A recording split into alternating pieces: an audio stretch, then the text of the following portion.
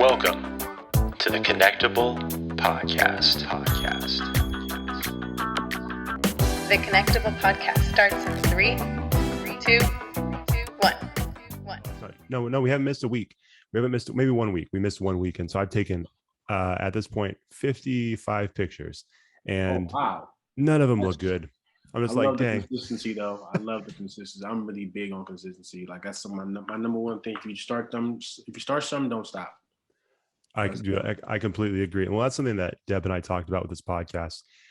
The biggest thing is, like, we know we're not like the biggest podcast. We know we don't have the biggest platform. We know we're not like the most technically skilled when it comes to the mics, the audio, all that stuff. But the one thing that we pride ourselves on is being consistent. It's like, we've got to, whatever the commitment is, if it's once a week or if it's every month, we've got to drop it at the same time every week. And so that's what we've been trying to do. And beautiful. That's beautiful. Yeah. So I'm glad we're on the same page, man. If you're listening to this, then you'll notice that Deb is not here, but that's all right. Because with us today, oh man, okay, hold on, bear with me, because I didn't ask you how you pronounce your name. So this is Let's see. I'm curious how you got it. Let's go. Let's see. I messed up. I usually ask and then I mess up anyways. But okay, here we go. Is it Farouq Gidado? The last name is correct, but the first name is Farouq. It was close. Oh, you were very close. I was close. Okay. Oh, you kind of throws you off a little bit. It did. That's what I get for not asking you ahead of time. Anyways, Farouq is the founder of Abbas clothing here in Sacramento, and we're excited to have him on. Usually I start the show off by explaining how we're connected, and we were talking a little bit about this off air. Our good friend Kevin Bracey, a former guest on this show, that's how we got connected. I saw him post something on Instagram where it was some of your guys' clothing, and I'm like, well, that's pretty cool. And anything, I've always told people, any person, anything brand that Kevin endorses, I'm going to automatically check out, because I have just the utmost respect for Kevin.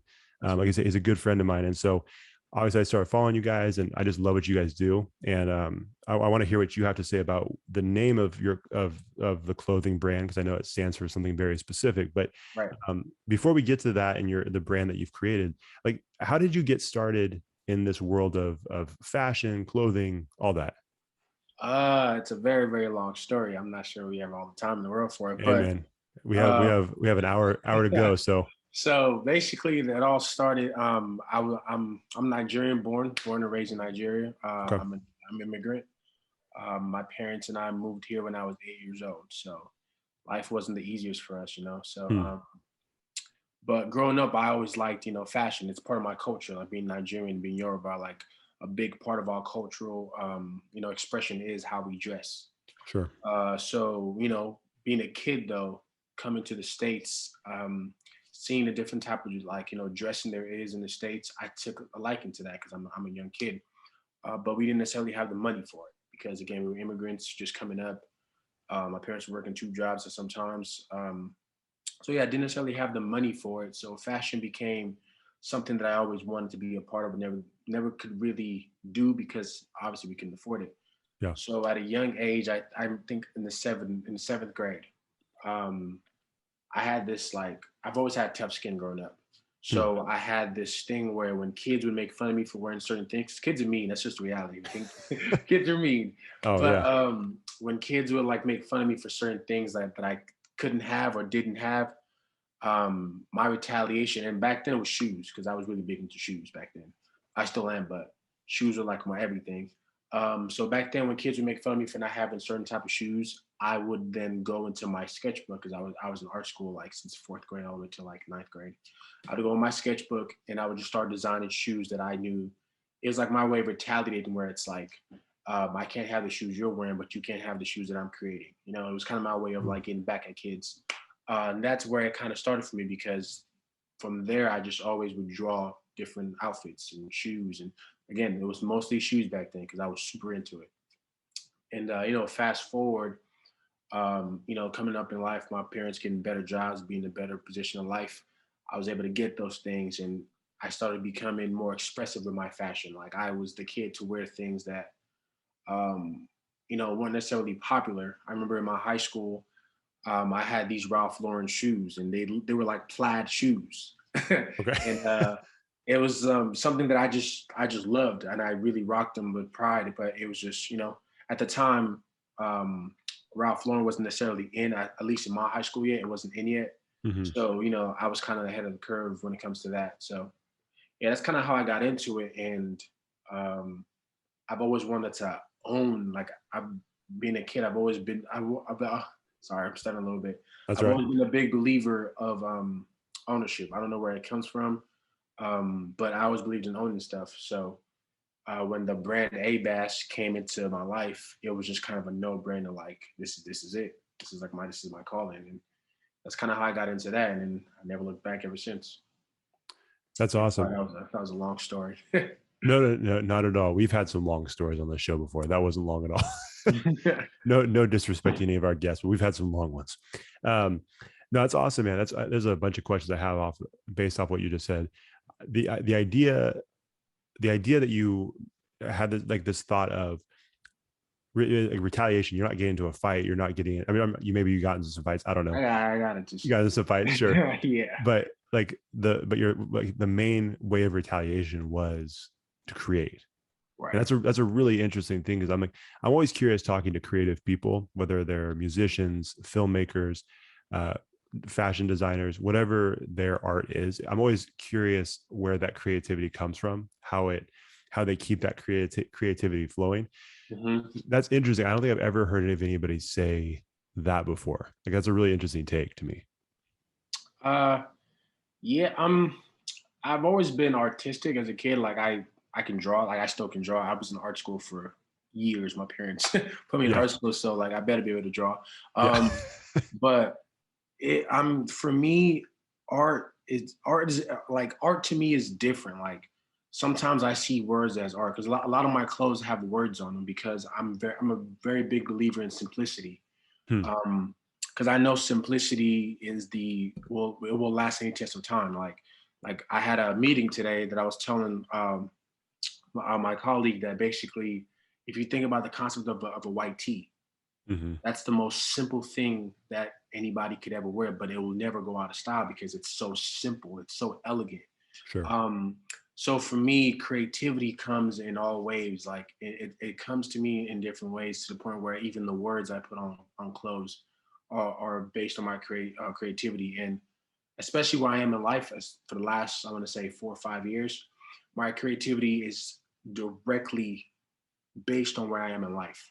Because I've always found out, like, again, going back to being a kid, where I was in life was to retaliate, but my retaliation came in creativity.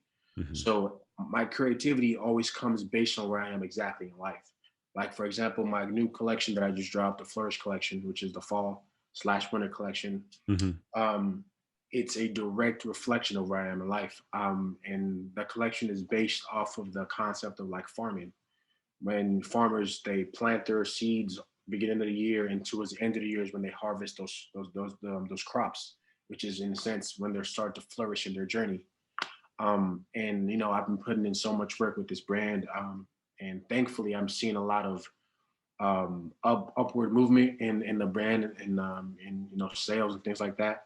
So again, it's exactly where I am in life. I'm in a point in my life where I believe it's time to flourish in my journey, and also others that are part of my journey, and just to invite others to look into their journey as well, and look like you've put in so much hard work all year. It's time for you to flourish in that journey. So, yeah. That's interesting. One of the things I find interesting about creativity as well, and I've heard some people that I really respect talk about this, the difference between imitation and inspiration, right? Like sometimes there's this fine line between the two things, and obviously people have gotten in trouble because they thought they were being inspired by something, and they were actually just a straight copy, right? Right. That's interesting that you're basing it off of where you're at in life, because based on that thought, it would be really tough to imitate someone like to a T, because it's based off of your life specifically in that moment. So I imagine that's got to help you stay away from any kind of, straight copying or any imitation too much, right? Because like I imagine for any creative, like that balance between, or not even balance, but like tug of war between imitation and inspiration can be difficult sometimes. Yes. Yes, definitely. Because again, there's nothing new under the sun. Like there's nothing new under the sun. So it sometimes you do get in a realm where you think, Like there's times where I'll see something really briefly, like not really pay attention to it. Yeah. And it's crazy how the mind works. And like when I start getting to design and I'll see myself drawing and I'll be like, did I come up with this, or is this something that I'm just regurgitating? Like, like it comes, Sure. sometimes I'll have moments like that. But also for me, one of the things that keeps me away from that like imitation realm is like, okay, let's say I take a Gucci design, right? I'm basing my whole collection or drawing, whatever it is, off of that. There's no way for me to put that out there without it meaning something to me. So I like everything I drop, everything I make has to have a connection to me as a person. Right. Because at the end of the day, I am storytelling. The brand, yes, it is a clothing brand, but ultimately I'm trying to be a voice. I'm trying to be a voice that's speaking to my consumer where it's like, um, I want to be like a positive impact. I want to have a positive impact on you. So for me, if I can't put a message behind what I'm doing, behind the collection or the piece that I'm working on, if I can't put my spin on it, it's hard for me to actually like co-sign it. Sure. So that's one of the reasons why yes, I'm inspired by a lot of different things, but because it has to have my like imprint on it or my like spin on things, it keeps me far away from imitation because at the end of the day, nobody's gonna think the way I think or see things the way I see it. So Right. it kind of saves me in that realm. Yeah, that makes a ton of sense. And I love what you said too about like the storytelling, like your clothes are telling a story and it's helping you connect with the consumer because obviously this is called Connectable and our Right. whole goal is connection. You know what I mean? So I didn't even piece that. That's crazy. it's just in you, man. That connection, that like connection mindset is just a part of who you are, which makes sense. Like that's why your clothing brand connects with the people that love it because it does feel genuine and authentic, Right. to them. And so I was curious. Um, Obviously, we're both here in Sacramento, Yeah. and how much? Let me see if I want to make sure I word this correctly, where it's not confusing to myself, because sometimes I just start going and then it's like I don't even know if that made sense. Um, okay, so being in the city of Sacramento, it's like it's a very unique city. Yes. It's a I think but we've always talked on the show like people. I knew people growing up here. I knew people that couldn't wait to get away. And then Okay. as they went to college, they came back and then they can't imagine leaving here again because they love the city so much. Right. It's a really cool city for anybody who hasn't been here. And I think anybody who does live here, I think kind of knows that. But how important is it for you to understand, I guess, like the heart of the city, the culture of the city, the vibe of the city when you're creating clothing that is based in that city? See, this is actually a very interesting topic because I'm not from Sacramento. Um, I actually had this conversation with a friend of mine who's like a Sacramento native. Okay. And I've always like a lot of my friends always tell me, why don't you put like a Sacramento bridge on your shirt or like put something that's like homage to Sacramento on your clothing? I Yeah. get that question a lot. And my answer to that is like I understand that I've been here since I was 18. I'm 27 now, so 9 years. I came here from Okay. college and I never left. Yeah. So for me, trying to make sure that I'm still like the way that I incorporate the heart of the city, or like just like making sure Sacramento is still being put on by me, Yeah. even though I'm not from here. I do that in everything, like my models. Like I'm tapping into like people like of um, different avenues in Sacramento. Mm-hmm. Whether it's like some people that I work with often is Night Market series. They help out. They have night markets in Oak Park. So just tap into different parts of the city where I know that, kind of like are the hearts of Sacramento, and Sure. make sure I'm being a part of that community because I can't necessarily put on for Sacramento because I'm not from here. Right. So for me, it's a level of respect where I could throw a Sacramento bridge on a hoodie and sell out because I'm just trying to buy into, Mm.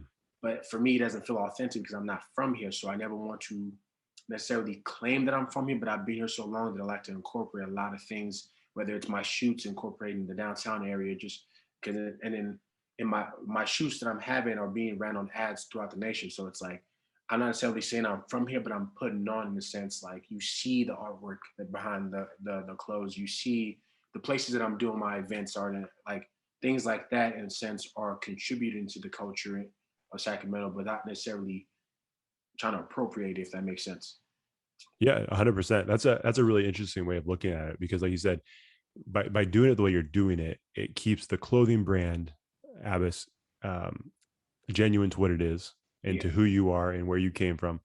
But then you're also, I guess, paying respect or homage to the city, because like you said, you're using people from here as Right. models. You're using locations, and you're obviously, your store is located In here. in Yeah. Sacramento. So that's interesting. You can kind of do the best, or take the best of both worlds, and everybody wins, which is kind of a cool thing. That's cool, man. So let me I think we kind of jumped ahead because I got interested in other things, but it happens on this podcast, man. Sidetracks. But what does Abbas stand for? Okay. So it stands for always be about something. It's an acronym. Yeah. It's actually pronounced Abbas, but I didn't want to correct you. Oh, that's why I messed up on your name. And okay, It's all Abbas. good. No, it's all good. I mean, it's I'm glad you did. when you spell it, it's pronounced Abbas. But because I created alongside 6 of my closest friends in high school. Oh, okay. And we kind of just made it our own thing. It was kind of like our life motto. Like we were the Abbas boys. Like that was Yeah. but again, like I said, from the minute the word was created, it actually created on the back. If you have time, I can actually tell the story how it came about. Yeah, please.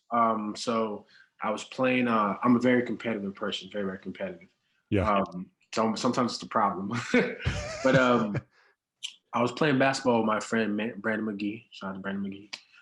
And he was winning at the time, and I was pissed. So I kept trying to get in his head, and I kept saying the words, "You've never been about nothing." And I said N band, never been about it. I kept saying N band. I was just trying to get in his head, like, because he was winning, and I was losing at the time. And then he responded to me, "I always been about something," right? And we kind of just stopped, looked at each other. I was like, Abbas. And then we just like, I was like, that's fire. And then we agreed. And then in that moment, it was just like Abbas. We just kept saying the word Abbas. Like, and then we got to school the next day. We were saying, me and him were saying Abbas, and we were saying to our friends, because we were like a group of 7 people. Yeah. I did like my closest friends in high school at the time. So yeah, we just kept saying Abbas, and like, I don't know, something in me was just like, this needs to be more. So at the time, man, I was a broke high school kid. I really couldn't make any t-shirts. But what I did was I started designing. So my first thing that I drew was, you know how the Hulk yells on the comic books, he yells out smash? Yeah. So my first design that I drew, I actually still have a picture of it somewhere. It was the Hulk yelling out Abbas. Oh, nice. That was the first thing I ever like made. And I was like, this can go on a t-shirt. And, the idea just kept growing in me. At first, it was actually called the Abbas like clique, because we were a clique, and then it became the Abbas boys, then the Abbasians, and we just had different. We had different phases of life with it, but it always stayed true to Abbas though, because it was just our way of life. Whether it is because I was on the basketball team, and then Brandon was on the football team. My friend Dion ran track. It was also on the football team, but it was just kind of a way of life for us to always be about something. So whenever we're like, we were challenging each other, like whether it's sports, school, whatever, it was like be about something. It was like we lived by that. And I realized like, and that's kind of how branding it became so easy for me, because I understood what it meant to me to be about something. And, I just never really let go of it. And then college came around, and everybody else had like died off on it. But I was still Abbas. And that's when I was like, I'm just going to launch a brand. And I went ahead and did it. That's awesome. So I was going to ask how many of the guys are still, so none of the 6 guys are still working with you or anything like that. Oh no. Yeah. It was never we never made it a thing for us to work as a group. It was just something. So initially me and Brandon created it. Yeah. And we all just kind of like familiarized the term with kids in our high school. Right. So at the time there was no brand, there was no clothing. My friend Max though at the time did go to Mexico and brought back some, I'm actually on my Instagram feed still. He brought back some Abbas bracelets, hand woven Abbas bracelets from Mexico that we had in 2011, I think. Oh, that's dope. And that was the most we did with it as a group. Yeah. We all, my freshman year in college, we all chose to buy Cuban link chains. We called it our Abbas chain. Yeah. It was just a lot of different things that we did, but at the time it was never like something we wanted to push out. It was just kind of like a by us for us type of thing, you know?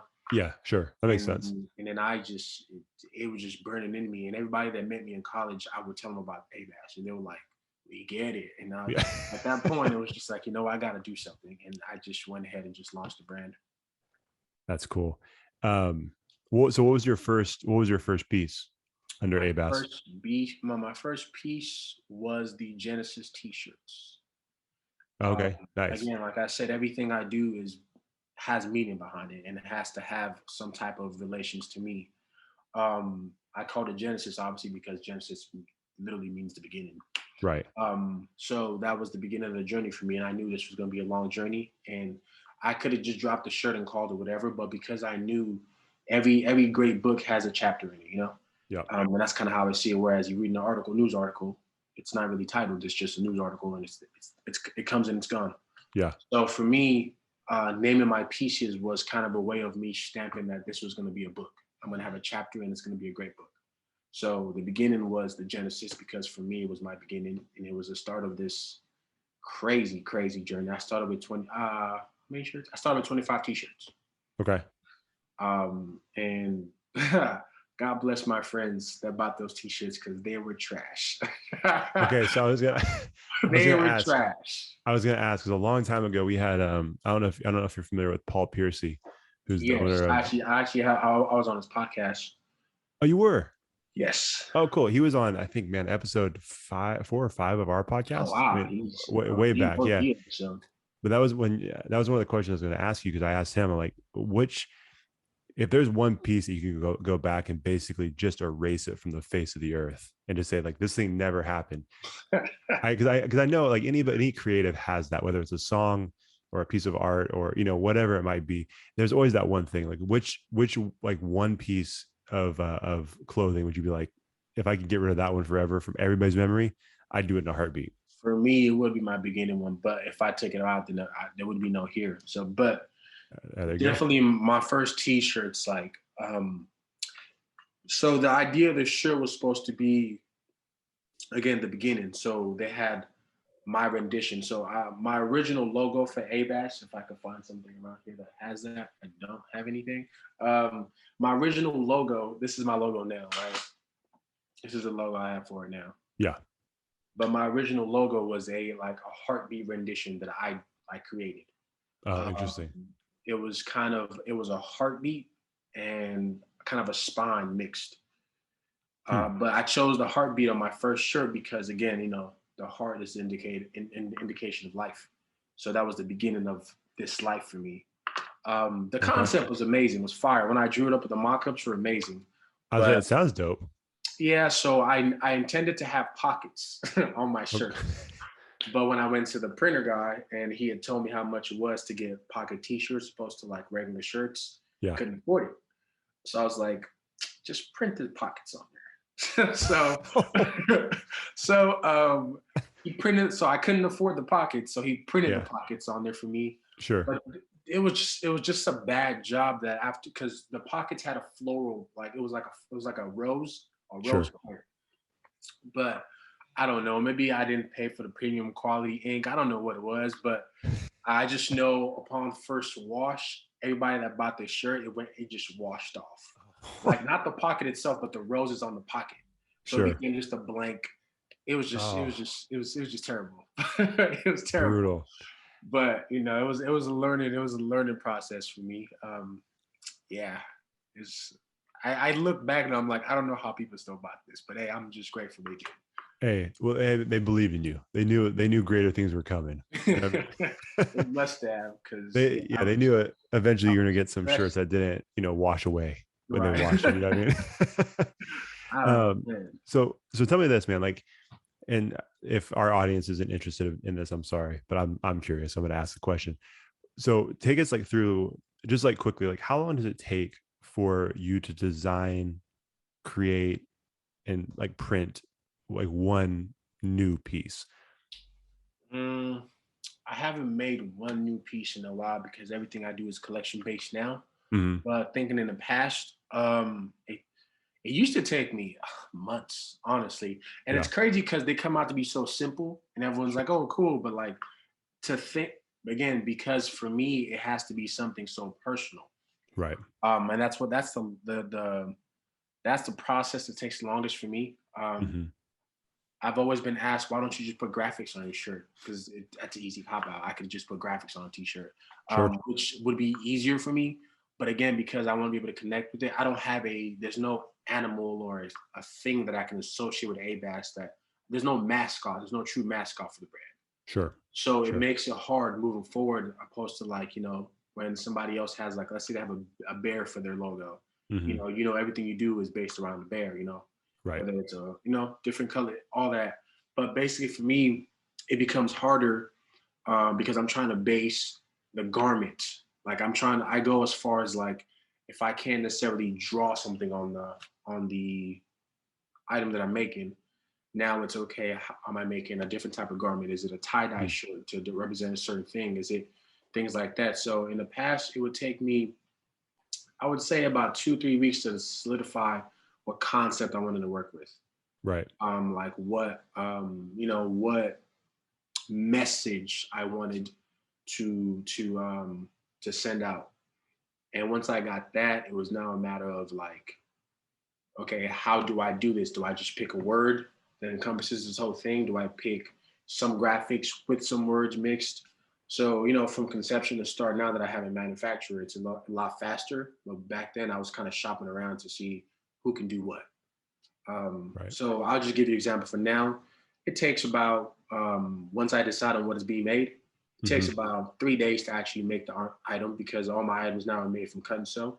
So I make all my items from scratch. So I'm picking out the fabrics. I'm picking out how much blend is in the fabric. If I'm doing polyester, spandex, I'm picking out everything from head to toe. Sure. So it takes about 3 days from items to be made.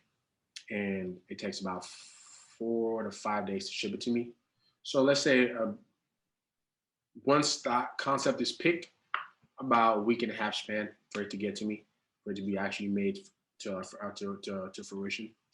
Got it. So it's definitely a lengthy process, and like because that creative process is always the most challenging, because like you said, and that is funny, because I know I've heard people say that same thing when they see a design and it appears to be really simple. Right. I think people don't understand how long that actually takes. You know what I'm saying? There's multiple iterations of it. There's multiple concepts and ideas, and then I know for even for this podcast, I know our graphics aren't great, but it's just what it's what I created. Right. Even for me, who's not technically a designer, I'm spending a lot of time just looking at it and then leaving the room and then looking at it again. That whole process, and it's like, man. So I can't imagine what that's like for someone like yourself or others who have the background in design and creating art. It's a whole different beast, because you guys are seeing things that other people aren't seeing, and it's like that whole process is just incredible. But I'm just saying, like when you have an awesome piece of clothing at the end of it, like I'm sure it makes it worth it, but that process is tough. No, definitely. I feel like for me, the longest things to design are the most simple things. Like, for example, like this was probably the longest I've ever designed. Yeah. And it's so simple. Yeah. But like the story behind it it's so, like, as you can see right here, it's 5 lines before the A. Right. But everyone just sees like, oh, you drew lines before A. But for me, this symbolizes like my journey to Abbas. As you can see, the lines are representative of the A trying to form itself, but it never does. It's attempts. It's literally attempts to become an A, but it never does. And it's a concept of like never giving up and always being about something, because you might not get it right on your first try, second try, third try. And so that's where that came from for me. But people see that and they go, oh, lines. Like, so it's like, and then I don't knock it, because I understand, you're a consumer, you see what you see, but I understand, like, on my end, that was the longest thing for me, because I was trying to tell my story, and just the story of being triumphant in the midst of adversity, without using words. Sure. And that's what I came up with. No, I like that. Now, that's interesting. Do you want the consumer to like necessarily think about all those things when they're purchasing the clothing, or like is it more important for them to say, hey, this is a dope design, I'm going to buy this shirt, you know what I'm saying? Or is it, Yeah. I guess when you're creating and you're putting that much thought into it, I guess who are you doing that for? Is it more for the other creatives, or is it more for a consumer who may not really think about it that much?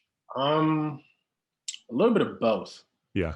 I've come to the point where I know that my design has to be dope enough for you to want to look at it. Sure. And upon looking at it, now that I have your attention, I can give you more in depth, rundown of things. Right. Which is kind of why the way I brand myself is completely different from most people that I see. I'm very big on, I do like Monday messages. I do like motivational pieces. Like, sure. I'll have just motivational quotes, or just because at the end of the day, I want you to understand the message behind the brand completely. Yeah. And yeah, the items are dope, and yeah, it's great to see people wearing it. But one of the biggest things for me is like, I want people to kind of live that life as well. So sure, just trying to be an example, one through the clothes and through how I'm living and the message I'm putting out, kind of like a whole, like trying to piece it all together in a sense of like, it's dope, it has meaning. And then I want you to kind of, think about that meaning if you get the chance to. Yeah. Well, so, man, you saying that makes me think of like a musician, right? Like an artist. Because I'm a big hip hop fan. Okay. And I mean, you pick whoever you want, like any artist that you like out there. But sometimes you have artists that will make a track, and it feels like, okay, this is meant to be a radio, like get radio play.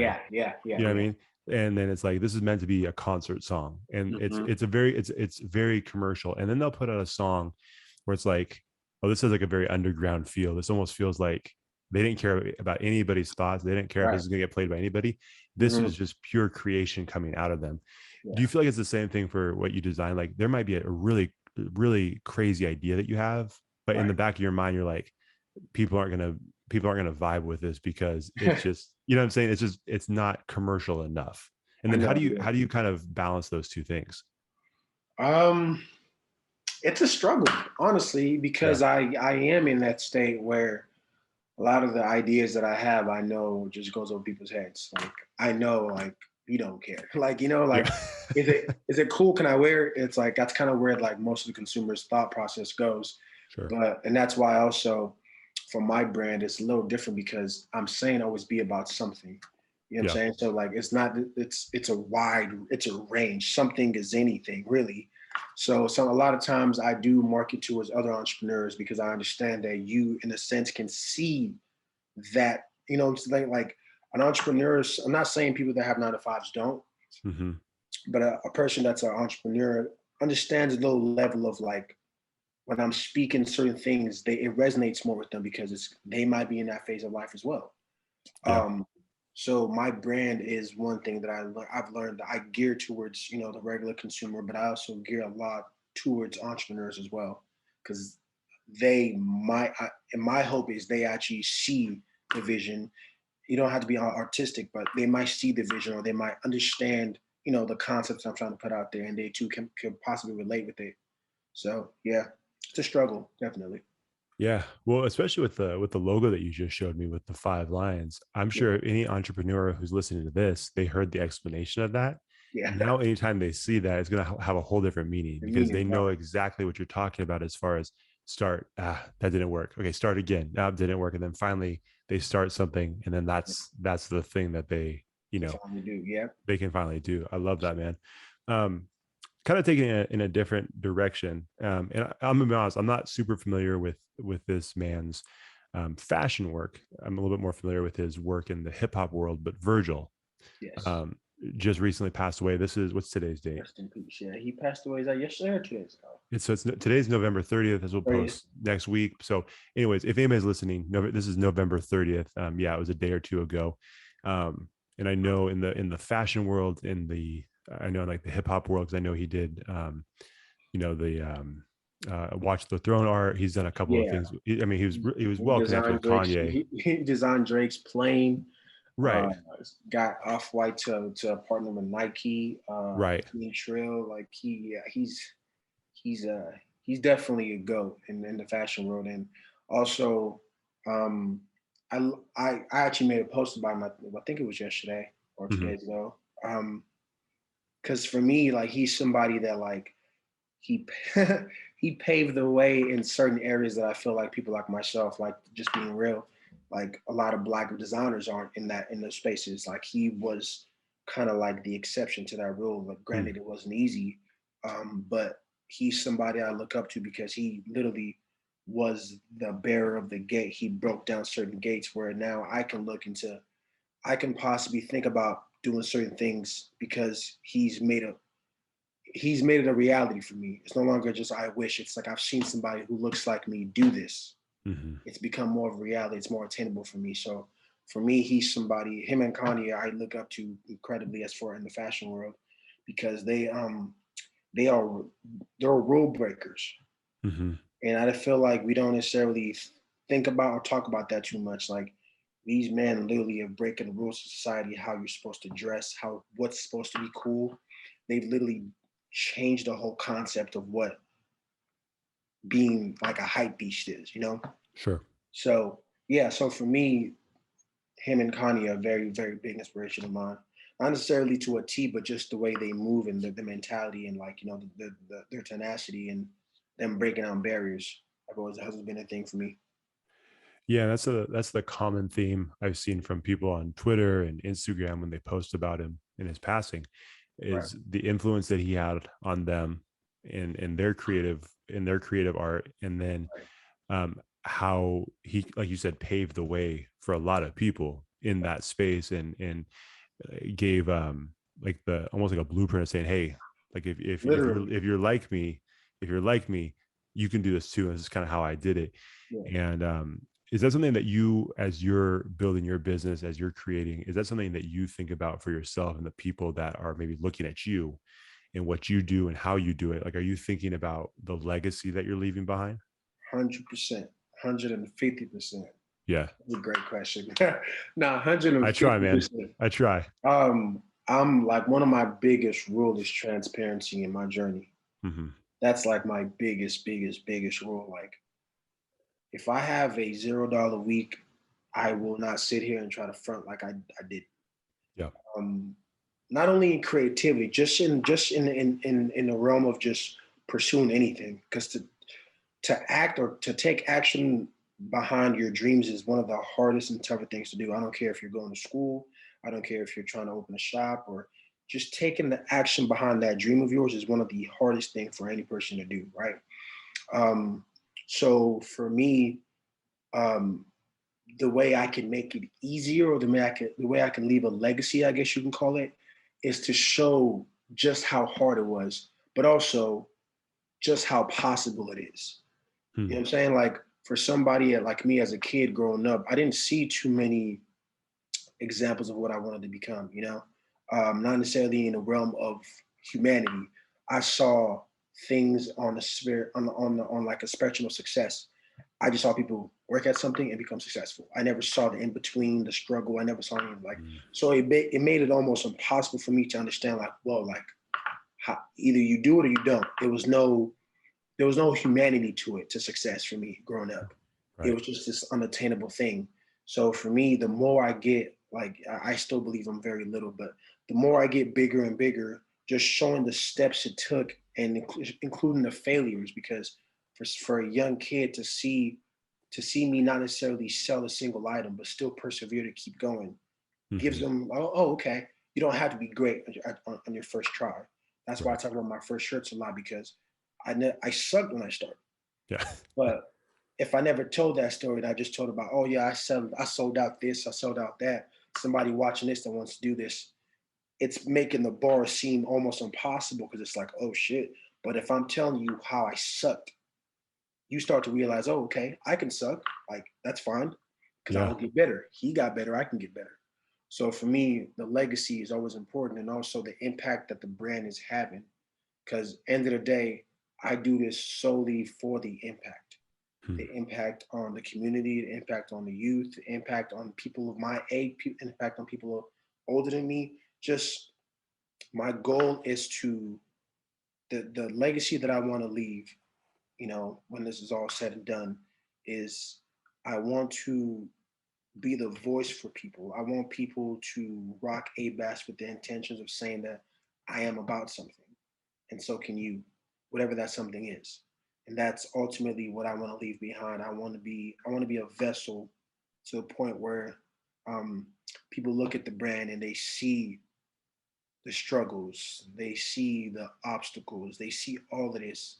And you might not even want to open a clothing brand, but just as a person in life, I want you to see that any journey you decide to take, whether it's engineering, being a doctor, being a florist, any journey you decide to take is going to have obstacles.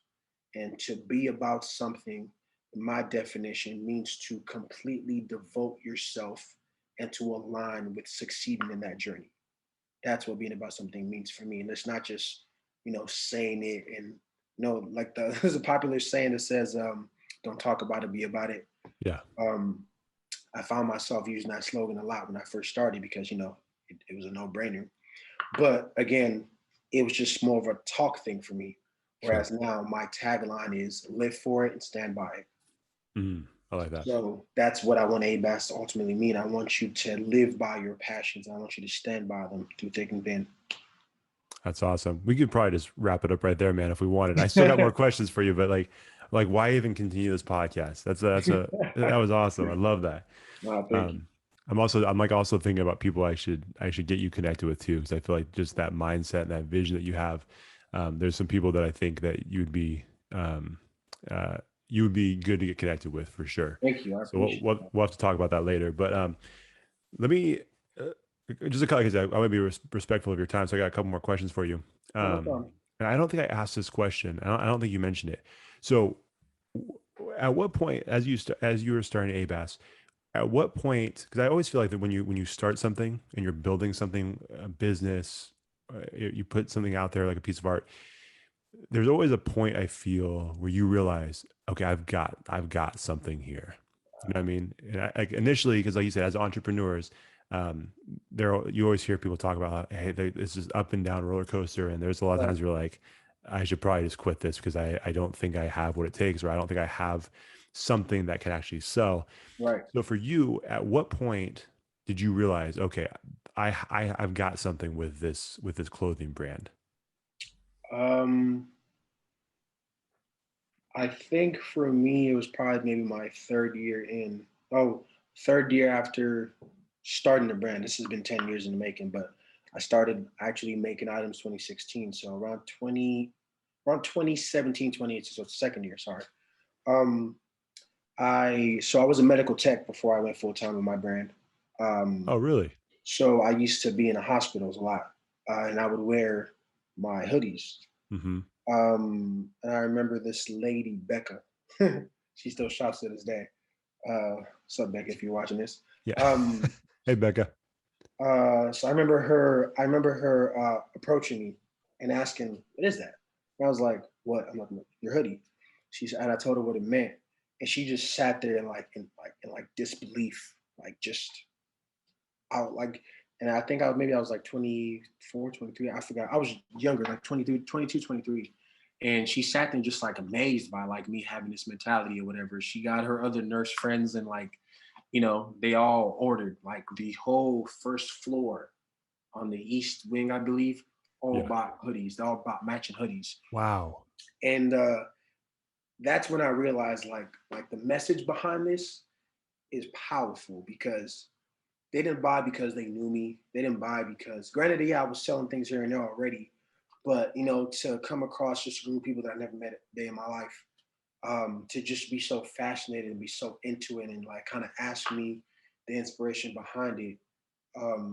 That's when I was just like, whoa, like this is real. Yeah. Like, and that was the first time, like not the first time, but that was one of the first times that I've sold out within a day. Because literally they had me go back to I got off of work. I got off around like 8 at the time. Got off of work. They all told me they wanted hoodies, gave me their sizes. went back home, grabbed all the hoodies I had, and took it back to Kaiser Roseville. It was Kaiser Roseville actually. Okay, nice. And yeah, and they all bought matching hoodies. So to Wow. me, that's when it became like, okay, we got something. Yeah. Yeah. So that kind of opened my eyes, and that's when I started. Because before I was just kind of trying to sell things. Sure. But in that moment is when I doubled down on like, okay, don't lose focus. The purpose is what matters. The impact you're trying to have, because the message is what got them to buy in the first place. Right. And ever since then, I've never turned back. I've been very heavy on pushing the message of just always be about something. I don't care what that something is. Yeah. What's it like for you when you see someone, like say you're just walking down the streets of Sacramento and you see someone wearing one of your clothing items? It's it's weird. Yeah. My first, it was like almost unbelievable, but now I've sold enough items to the point where I can imagine to see something here and there. I actually had an experience. I was out with my girlfriend and her friends that came to visit us from, I think, San Francisco. Okay. It was weird as shit. It was yeah. I'm sorry if I curse, but it was. Hey, you're good. You're good. it was just so weird. So we were in Old Sac. We were showing them around Sacramento and whatnot. Yeah. We were in Old Sac, and her friend's boyfriend saw somebody he knew, like from like high school or something, right? Okay. And they were talking, and I think I had on the Abbas item.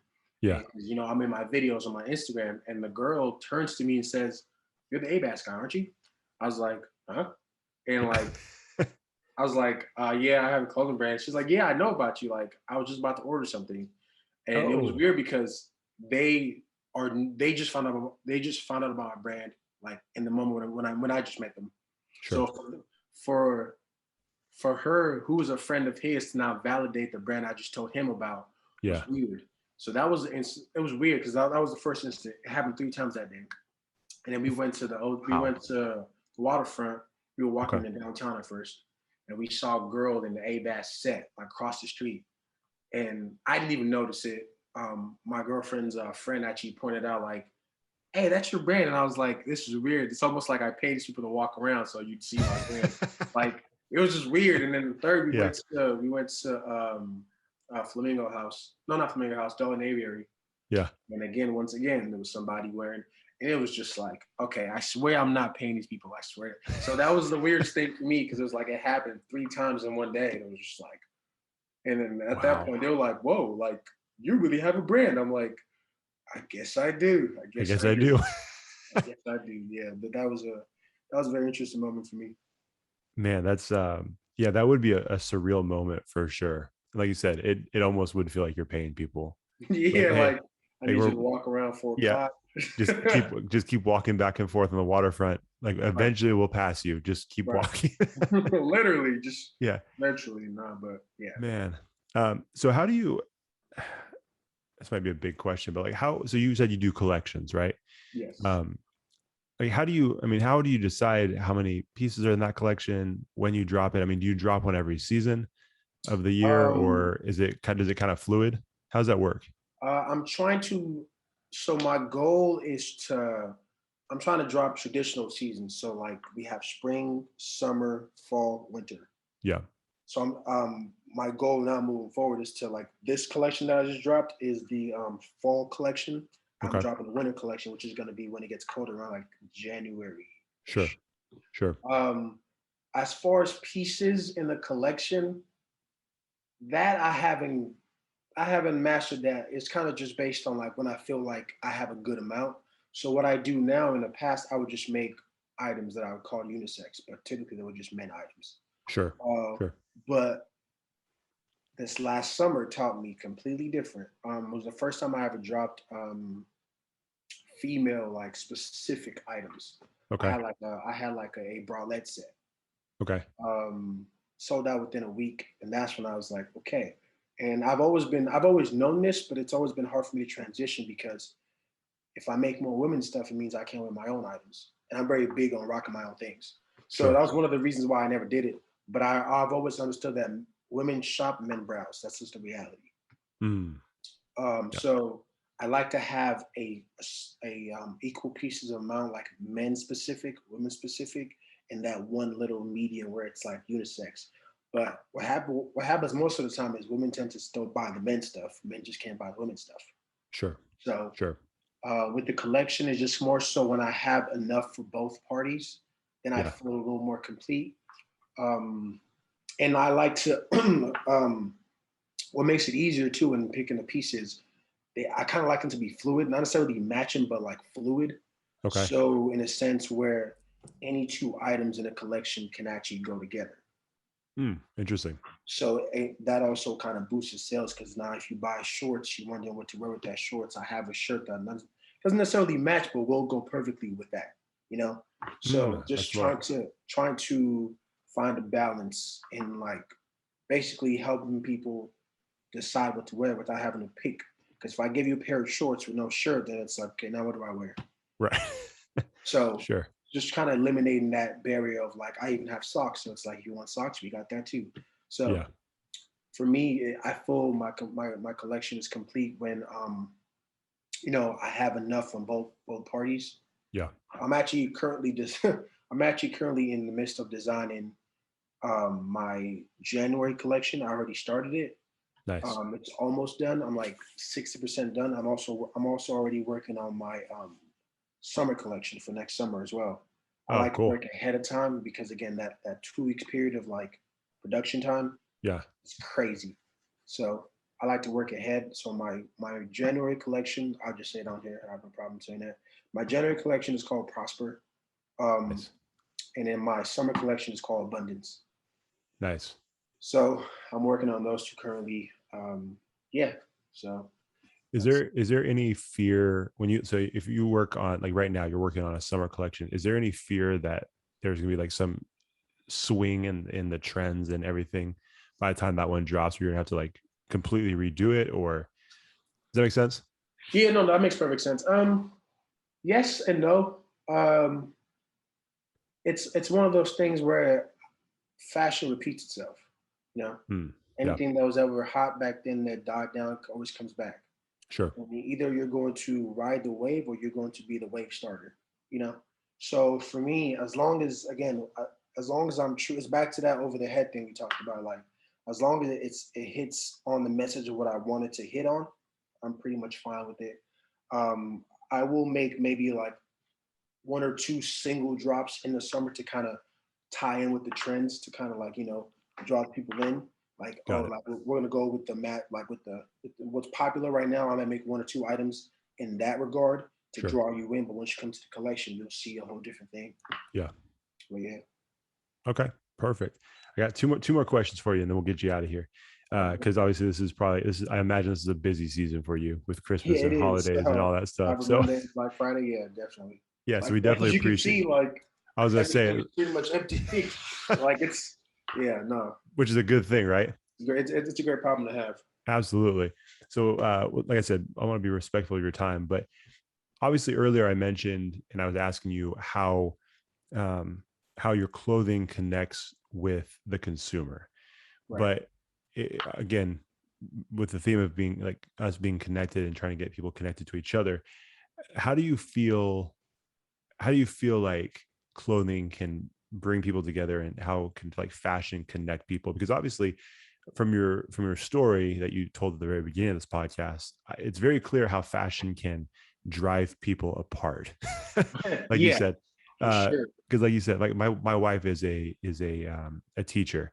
She's very familiar with how mean kids can be. Like, it's just the world she lives in. It's just the reality. It's the reality. Like, there's just no filter, and they're gonna go for the kill shot every time when it comes to roasting someone. Right. So obviously we know how it can divide people, but like, in your opinion, how does fashion, clothing, people's sense of style, how can that bring people together and help people get more connected? I think fashion is a culture. Like, again, coming from Nigerian background, like the way we celebrate is like, fashion is one of those things, like, the vibrant colors, the loudness. Like, if you're walking down the street in Nigeria and you see a group of people with like very vibrant, like nice clothes, it's either a celebration or something's going on. Sure.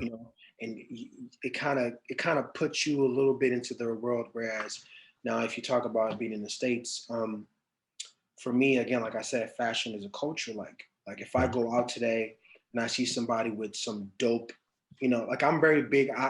My spectrum is really wide. Again, being that I make clothes, I'm not just stuck with the jeans and tee. Like I like all types of different styles. Like it just depends how I'm feeling. So for me, again, if you're into fashion or want to get into fashion, it's a connector because when you see somebody dressed in a way that you necessarily necessarily couldn't pull off, but you admire it for what it is. It's kind of like art in a museum. Like you sit there and admire it. It's like you have to say something. Like it's a conversation starter. Like like I know men that wear fedora hats that I just think looks amazing on people. Like Sure. I wear them from time to time, but me wearing it and seeing somebody else wear it, two different things. Like I have an appreciation for how you carry that. Even down to like even the hype beast culture, it's a culture of its own. Like it's a very exclusive culture because it's becoming this thing where people are doing about a bunch of resales and whatnot. But ultimately, it's this culture of like it's like we're similar in the sense like if I go out and I see somebody with some off whites, that's a conversation starter. Sure. I know what it took to either get that, or I know how much it cost to get that. Right. Now we can have a conversation like because you appreciate, what it is. And all these shoes have names. They have a name for a reason. That sparks, conversations. So for me, I think fashion is truly a culture. It's just more so how you see it. Right. Like for example, we talk so much about how we dressed in the 80s or in the 90s or back in the 2000s. Like we have theme parties based on fashion. Right. You know what I'm saying? Like I've been to multiple 2000s party where we're dressing like we're in 2000 because that spoke to who we were as a people at the time. Like that's where the world moved, and you can see somebody with the overback jeans and overback shirts and the headband and the little armband or whatever, and what that speaks to. Like that's 2000s. Like back then the music was different, right? Because again, everything revolves around itself. So it's like the music was different, the fashion was different, the way of life was different. So it's just for me, it's a culture. It's a part of the culture, but it's a big part for me because again, fashion is dear to me. So yeah, I think it connects us in a sense like it kind of puts a timestamp on where we are in life. Mm-hmm. It also kind of reminds us of everything else that was going on around the time too as well. So that's how I see it as a connecting piece. Love it. Last question, man. This is the one we always end with. We like to call it our connection suggestion. It is one person, brand, organization, could be a restaurant, whatever you think our audience should be connected with, and then just explain a little bit of why we should be connected with this person or thing. What was it? What was the criteria? Sorry.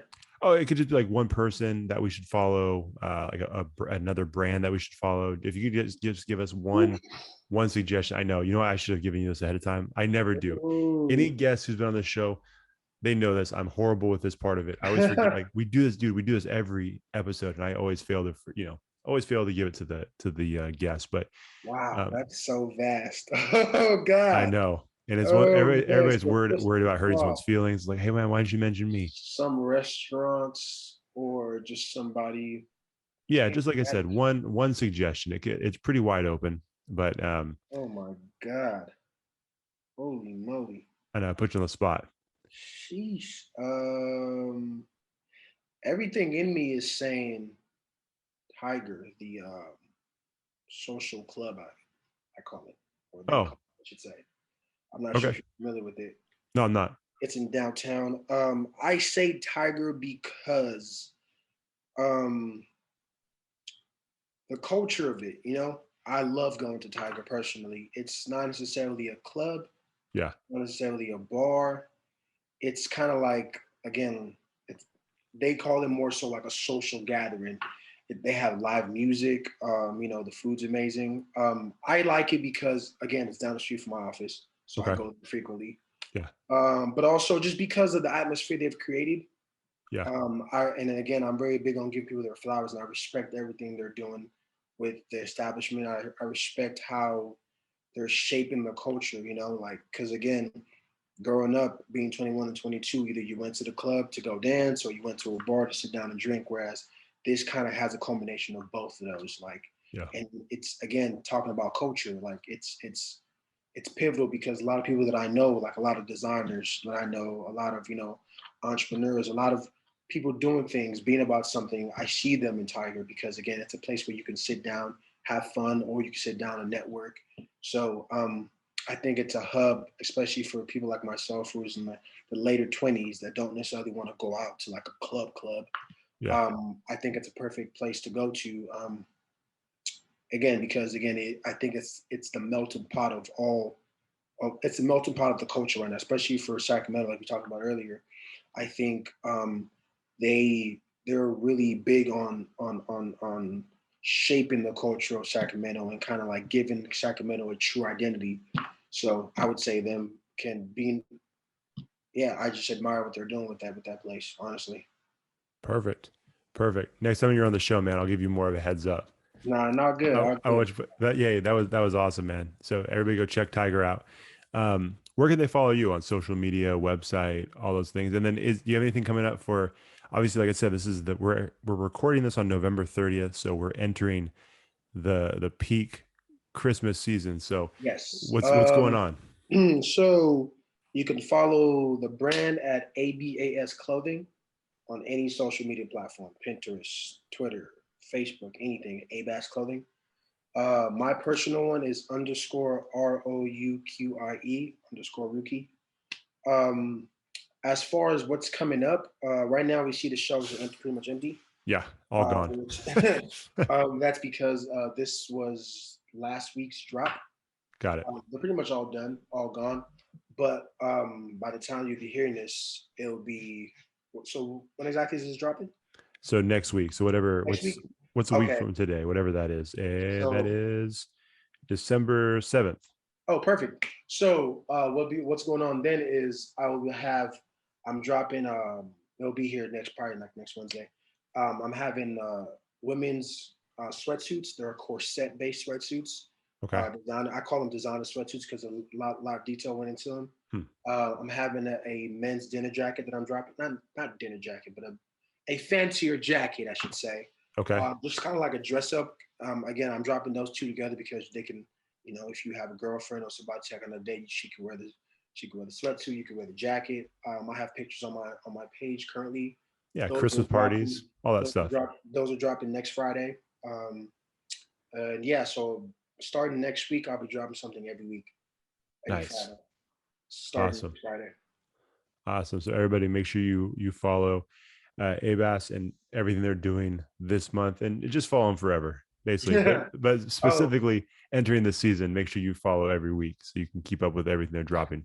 Yeah, I'm actually working on a pop-up shop coming up soon with like smack middle of December, but I don't know much about that yet. So, but I'll be posting about it. Once you follow, you'll know more about it as I post about it. So yeah. Yeah, just follow. It's the easiest thing to do, and you can always stay up to date with what we're doing, what they're doing. So, definitely. Man, this has been a ton of fun, man. I appreciate you taking the time, especially like I said during this busy season for you. Sure. Definitely appreciate it, and I appreciate what your brand's about and everything that you stand for, man. Thank you. I appreciate that. So this has been a fun conversation, man. So thank you for having me. I really appreciate that. Yeah, absolutely. And I feel like unless you hated this experience, I feel like this won't be the last time. I feel like we'll have to have you on again. I'd be happy to come back. I'd be happy to. If you have me back after February, I'll have a lot more to talk about. I can't talk about it right now, but it's things happening in February. So nice. If you have me back after like the first week of February, we'll have a lot to talk about. A lot. All right, let's do it, man. Yeah, and I'm gonna send you some connections too once we're done here. Absolutely, man. All right, man. Well, hey, take care. Good luck with everything, and we will see you guys next week. See ya. Have a good one. Thanks for watching the show. If you enjoyed that episode, make sure you like it, share it, and hit the subscribe button to get a new episode every week. We'll see you next time on the Connectable Podcast.